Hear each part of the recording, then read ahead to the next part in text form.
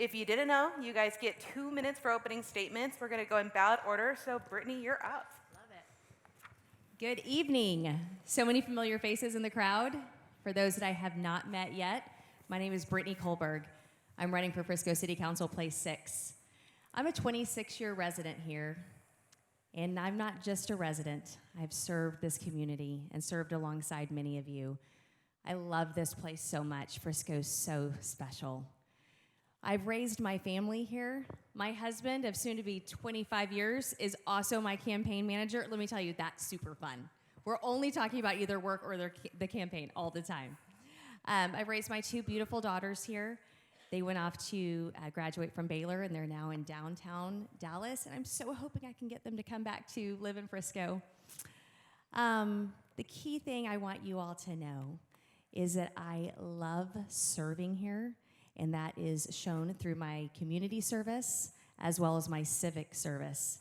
I started 2 decades ago serving on the Citizens Sign Ordinance Committee, and for the last 8 years, I've served as the Planning and Zoning Commissioner, most recently being elected by my peers to serve as chairwoman. I'm a Leadership Frisco graduate, thank you, Chamber, Class 21, and I've also served on our Citizens Bond Committee.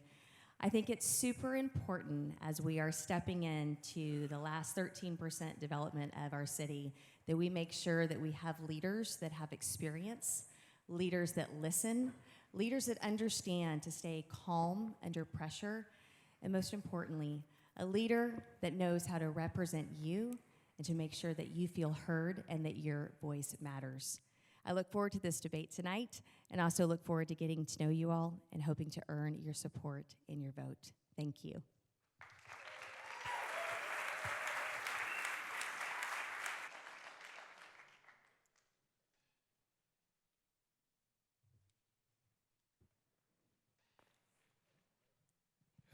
Hello. Yep.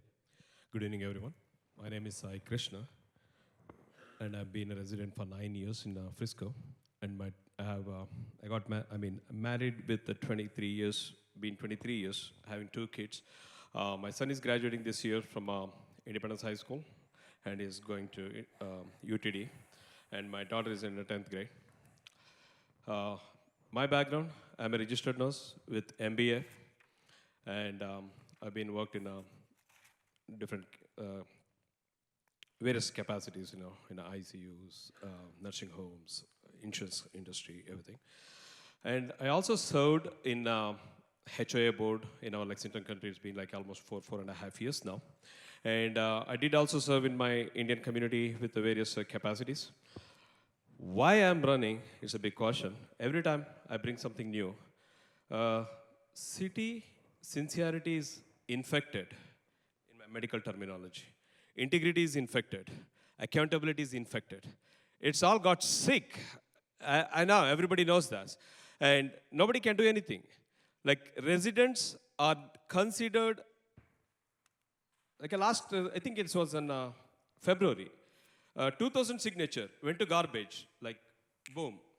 They all try to bluff residents. When you go and talk to people, they don't care about it because they made a decision before. They give an opportunity for the residents. So I want to clean that. I want to make citizens engagement, bring back the citizens engagement. And all the leaders who also called council members, they never come back until they want to get re-elected. You're seeing me every year here. I'll tell you. Yeah, and you're going to see me every single time, more frequently in your subdivision. That's my promise. I'm going to make it very clean, clear, transparent in the city. Thank you. Matt, 2 minutes. I'm Dr. Matt Chalmers. I've been a Frisco resident for about 20 years. I opened my practice in 2007. I've been married 16 years to my wife, Lulawa. She's actually an immigrant from Middle East, from Lebanon. She's probably the greatest human being I've ever met. We have 2 kids, Zane and Laith, 13 and 11, and they're awesome. Lots of fun there. We are members of St. Andrew's Church, which is in Plano, so sorry, but that's where we go. It was funny because I missed the P&Z meeting Tuesday because I was asked to sit down with Nadeem, who's a Pakistani representative for the Islamic community. And the thing he asked me is, told me that he's reached out to other people that nobody would sit down with him. And he said all he wanted was that someone would answer his phone call if he called a city council member. And I found that a little bit shocking because that's our job. So regardless if you think we're going to disagree on something or we're different religions or whatever, that's our job. So I just want you guys to know that if you guys want to reach out, you guys want to talk to somebody, feel free to reach out and talk to me because that's what I feel like our job is to sit down and talk with everybody and make sure that we're all moving in the right direction together. We might not agree on everything, but at least we can sit down and start opening communication lines. So I'm Dr. Chalmers, running for City Council Place 6. Thank you. All right, Jerry, you're going to wrap it up for us. Was there a question about why are we running, or are we just... Just your Just opening statement. 2-minute opening statement.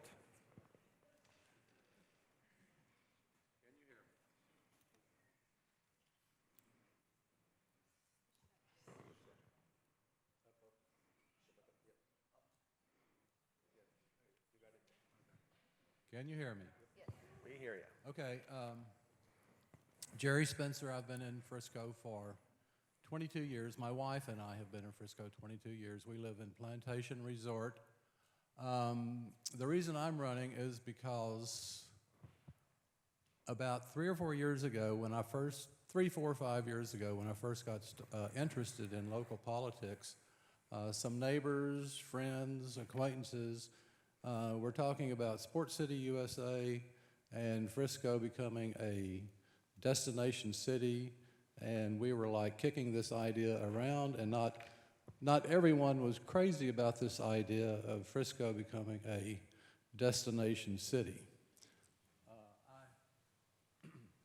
I have taken that idea and tried to expand on it. I am not opposed to tourism. I'm not opposed to sports. I am opposed to this, what seems to me has gotten out of hand. And we are going too far in one direction. We're going too far in the tourism direction. Tourism is not all positive. There are plenty of negatives that go with it. There's an increase in crime. This has been well established by different social science research. There are what's known as tourist criminals. They follow the tourists wherever they go. And with FIFA being an international event, we're going to have people coming in here from all around the world, and God only knows. I'm not trying to scare anyone. What I'm trying to do is to heighten awareness about the negative impacts of tourism. Thank you. Jerry, we're going to have you start with this next question. Rick, did Before you jump in, remember, you have one challenge to use during this time. Sam, take it away. Yeah, great reminder. How would you foster a sense of unity that supports both a strong community and a welcoming environment for businesses and talent? Jerry, we'll kick it to you. I'm sorry, I missed the question. How would you foster a sense of unity that supports both a strong community and a welcoming environment for businesses and talent? A sense of unity. Welcoming environment for businesses and Talent. talent.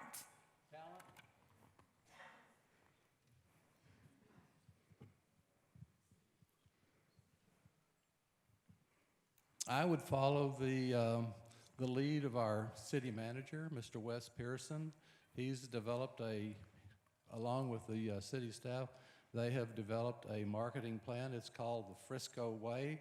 I would take that marketing plan and the talent at the city staff and the city manager's office and run with it. Same question to you, Matt. Can you repeat it one more time? Yes.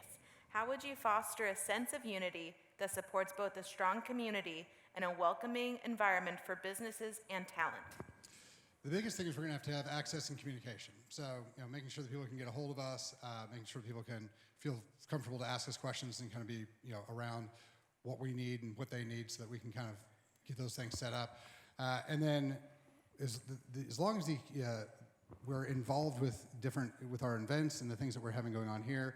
It'll help tie the citizens to all the things we're going on here. And if we start bringing those things together, it'll help bring up a better community, and so the EDC can bring in bigger companies and better talent to help us offset some of the property taxes and get some of this stuff done.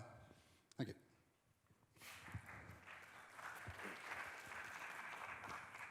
That's a great question. So, in Frisco, just give you an example. We are actually in ISD youths from graduating every year 5,000 to 7,000 kids, youths from high school. Where are they going? We don't even have a resource in the city.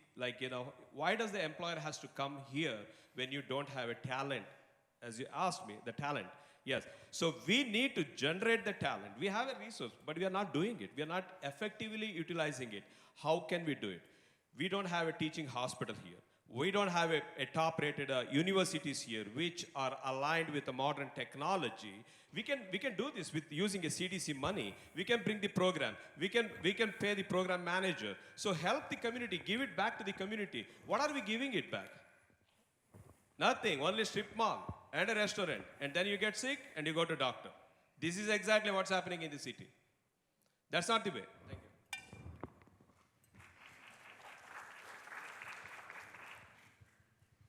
Unity is super important in a community to keep everybody feeling safe and strong. I think most importantly, everyone needs to make sure in all four corners of our city that they feel heard, and they need representatives that will represent everybody in the community, not just a select few. Also, in order to attract talent and attract businesses, we need to make sure that our council is operating with a sense of decorum and working collegially together. On planning and zoning, it's something very important that even though we may disagree and we may vote differently, that we still treat each other with respect and make sure that we are all trying to come to the common goal of doing what's best for Frisco and its residents. When businesses are looking at our city council videos and how we conduct conduct our business and treat each other, that's super important. The businesses see a collegial group that is representing the residents well and also making sure to represent Frisco well. Thank you. All right, Matt, we're going to start with you, and we're going to talk about something that everybody loves to talk about: traffic and infrastructure. I know, don't go crazy out there, folks. With significant investment in roads and infrastructure, especially in North Frisco, how should the city balance costs between developers and taxpayers? And how will you ensure that infrastructure investment supports both new growth and the long-term needs of established areas in Frisco, like in the Southeast? So as we start bringing in some of these larger mixed-use areas like the Mix or Firefly, we want to make sure that all the egress and egress from those locations are set up and done by the people who are building those large areas, so that we don't have to pay for getting people in and out of their areas. The next thing is that we want to make sure that we are structuring our contracts properly so that we can get these roads done a little bit quicker, because the larger we can expand these roads, it's going to be easier for us to bring in EDCs, to bring in other businesses. It's going to be easier for us to make sure that everything gets moved around. And so that's going to be one of those big things we have to try to make sure that we deal with. As these guys come in, it'd be nice to be able to get some of these roads done early, and then get these guys to come in and help sponsor the property tax. These larger companies come in and sponsor the property taxes so that we can make sure we solve all of our movement and traffic needs. Thank you. Same question, 1 minute. Yeah. I think we need to first stop building the roads in a piece-wise. So we need to develop the roads, build the roads in a one stretch, and expand the road in the same time parallelly. Otherwise, the traffic issue is never going to be solved, number one. Because we are lying on the 121 border. Everybody has to pass. If the people living in Prosper, Selena, they have to pass us. So that's the biggest concern. Secondly, multi-utilization. If we start thinking about putting in corporations, houses together, walkable distance, small businesses, everything, I think we can prevent reduce the traffic issue. More focus on in one stretch, building a roads that will reduce the stress on the residents and improve the quality of life. Thank you. Brittany, 1 minute. So on the campaign trail, nobody ever talks about traffic. Totally kidding. We hear it all the time. Unfortunately, you cannot lay enough concrete down to solve for all of our traffic issues.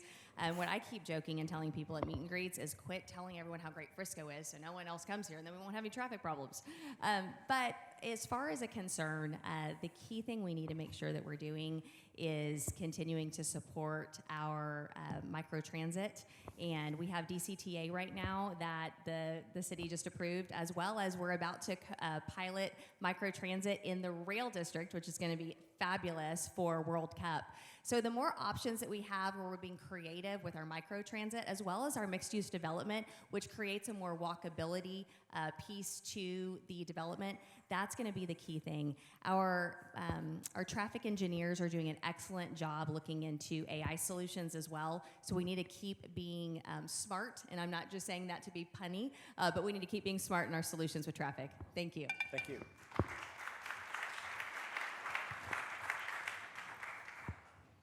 Jerry? I timed you while you were asking that question. That question was 30 seconds long. Longest question I've ever heard. Okay, I'm just going to talk about traffic in general. And my take on it is we should approach the traffic situation with the Hippocratic Oath. First, do no harm.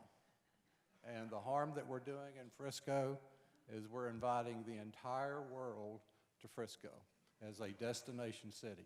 We need to ease up on that, number one. And I think that would go a long way towards solving the problem. Thank you.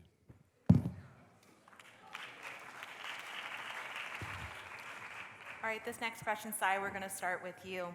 As the Texas legislature considers property tax changes impacting both homeowners and businesses. Can you slow down or something? Absolutely.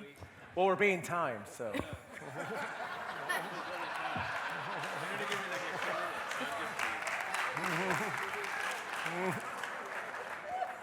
That was a good one, Jerry. Oh, that was good. As the Texas legislator. Okay, now you can. Do I need to go slower? I can't hear. They're like clapping. As the Texas legislature considers property tax changes impacting both homeowners and businesses, where do you stand, and how would you balance tax relief with maintaining the city services that Frisco residents and employers rely on?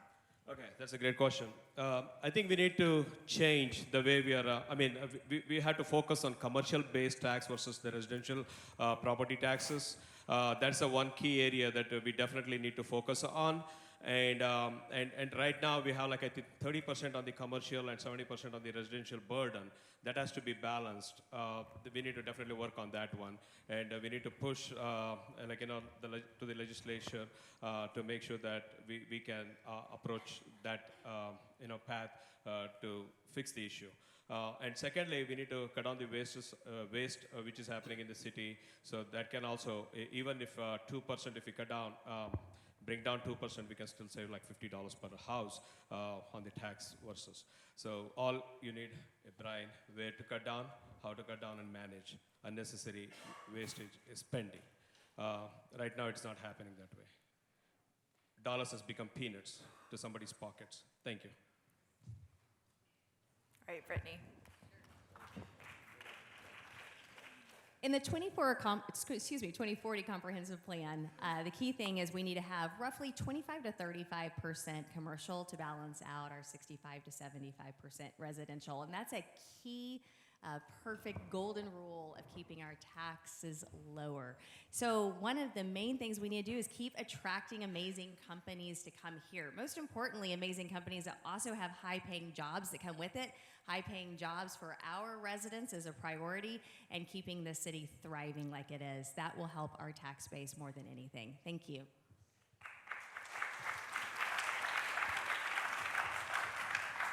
All right, Jerry, the question's to you. I don't remember the question. I can hit you with it again. I don't think I ever actually heard the question. I can go slow too with this. As the Texas legislature considers property tax changes impacting both homeowners and businesses, where do you stand? And how would you balance tax relief with maintaining the city services that Frisco residents and employers rely on?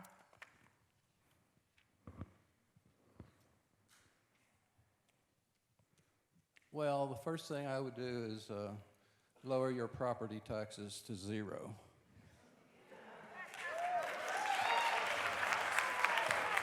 Jerry just won.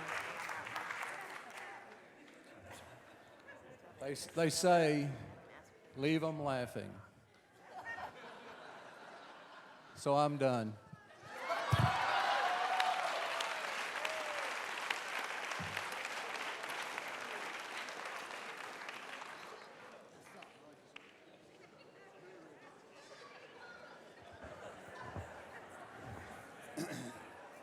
If you're talking about the proposed changes to actually eliminate property taxes in the state of Texas, I'm down with that.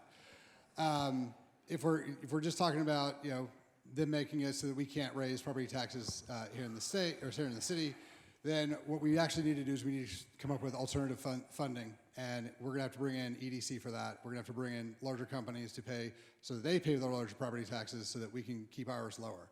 That would be one of the major things. The other thing I'd like to do is start bringing in alternative funding options, charities, and events. If we can do a large citywide event, we've looked at doing some of this stuff. We're raising $3 to $5 million for these events with bringing sports and tournaments and things like that. And that would be the other way I'd try to look at it, is try to come up with some other way of funding what we're trying to do besides just raising taxes all the time. Thank you.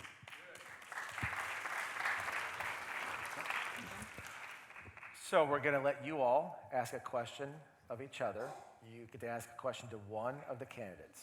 30-second question, 1-minute answer. Brittany, you get to go first.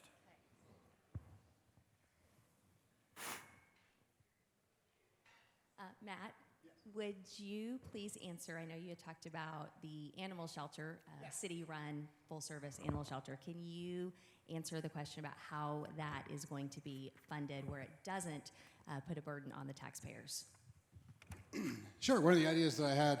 So 2%, if we can get 2% to the city of Frisco to donate $20 a month, that's $1.2 million a year. If we can get 5%, that's $3 million a year, which would completely cover all of the costs we've talked about so far.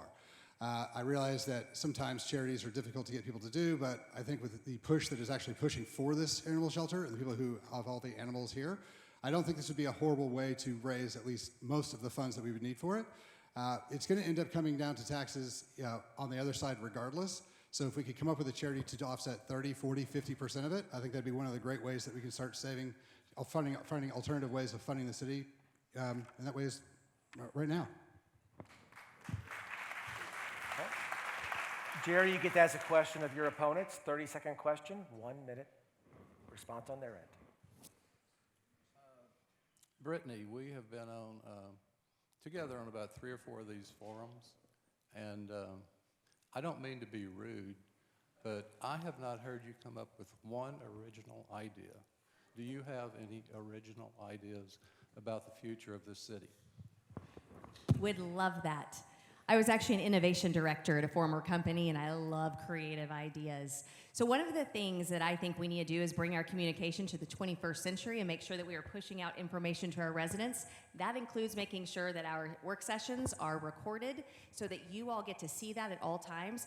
I also would love to see our social media be posting about our city council meetings and the agendas linked on there as well, so that all residents feel that they are involved in the process and the information is directly being sent to you. Lastly, I would love to see our signs that our developers need to put up to announce our zoning cases that happen 15 days prior to the actual case. I would love to see those to have a big giant QR code so that when residents are driving by, they see something that they can scan, that they can immediately gather information, and they feel like they're being invited into the process, not just driving by a sign with numbers and codes. So I want to take elevate our communication to the next level and make sure that we are finding creative solutions to communicate with you all. Thank you.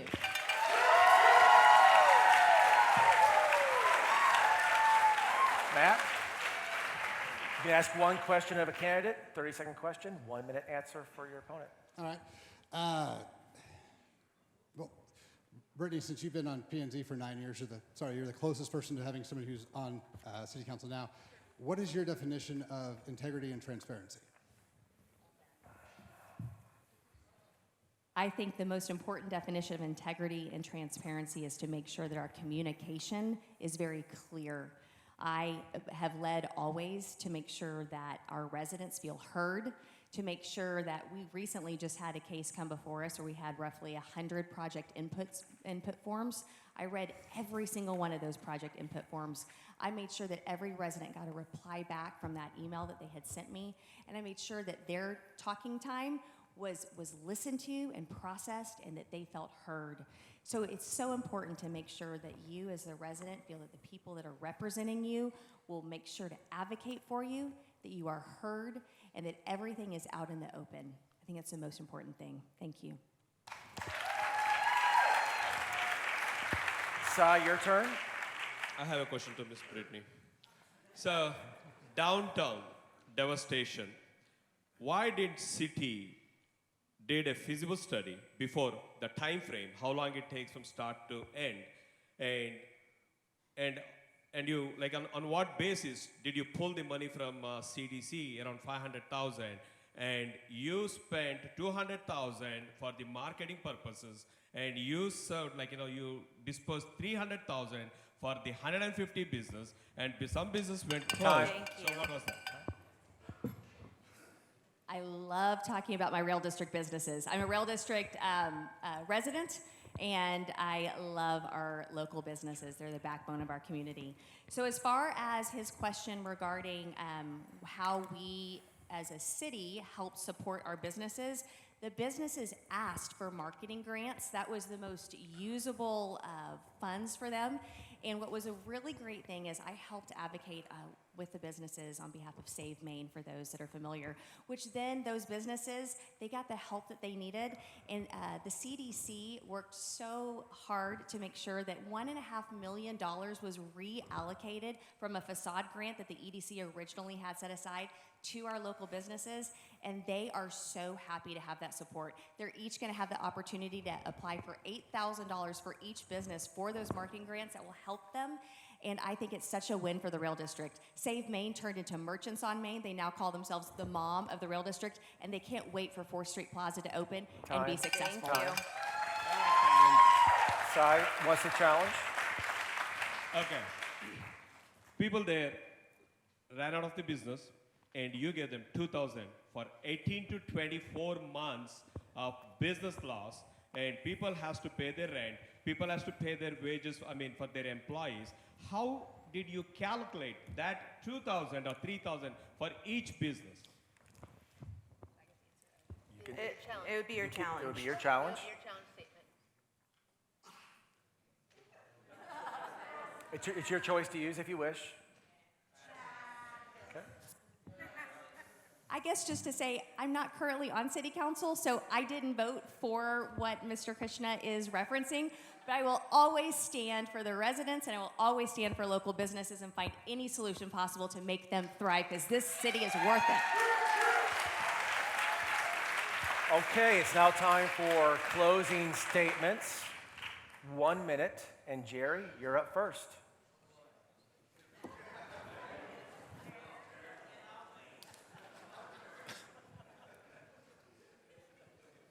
I can't be funny all the time.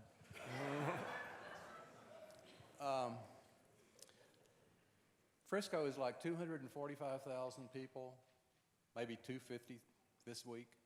10% of the population is over the age of 65.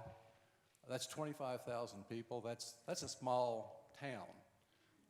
Frisco does not have a senior citizen advisory board. I want Frisco to create such a thing. Plano has a senior citizen advisory board. I want the senior citizens in this town, I want their voices to be heard on every issue facing the city, not just creating fun and games, but the serious issues before the city. Thank you. Matt, 1 minute. So I've been here for about 20 years, and I've really loved being able to be part of the Frisco City and what it's kind of done for me and my business. And I'm going to be here for another 20 years. And so I want to make sure that we get everything cleared out. We get some new ideas, we get some new stuff, new blood in the city council, so we can get some, keep going in the direction we need to go. Maybe we can clear up some of the ideas and get a little bit more transparency in how we do things. And so that's kind of why I decided to run. And so I'm hoping to be here in the next 20 years and make it a better place. Thank you.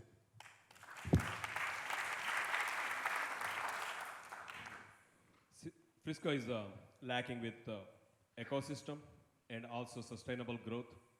So if you think if the leadership was great who was serving now, the couple times who won the seat and who've been serving as a so-called leadership without a vision and made only a concrete in the city and only residential area. There is no engines which can generate revenue for the city. That's why we are penalizing on our property taxes. So if you think you need a change, not a false promises, and honestiness, no bribe in the city. So if you think that all, if you count that, please vote for Sai Krishna, place 6.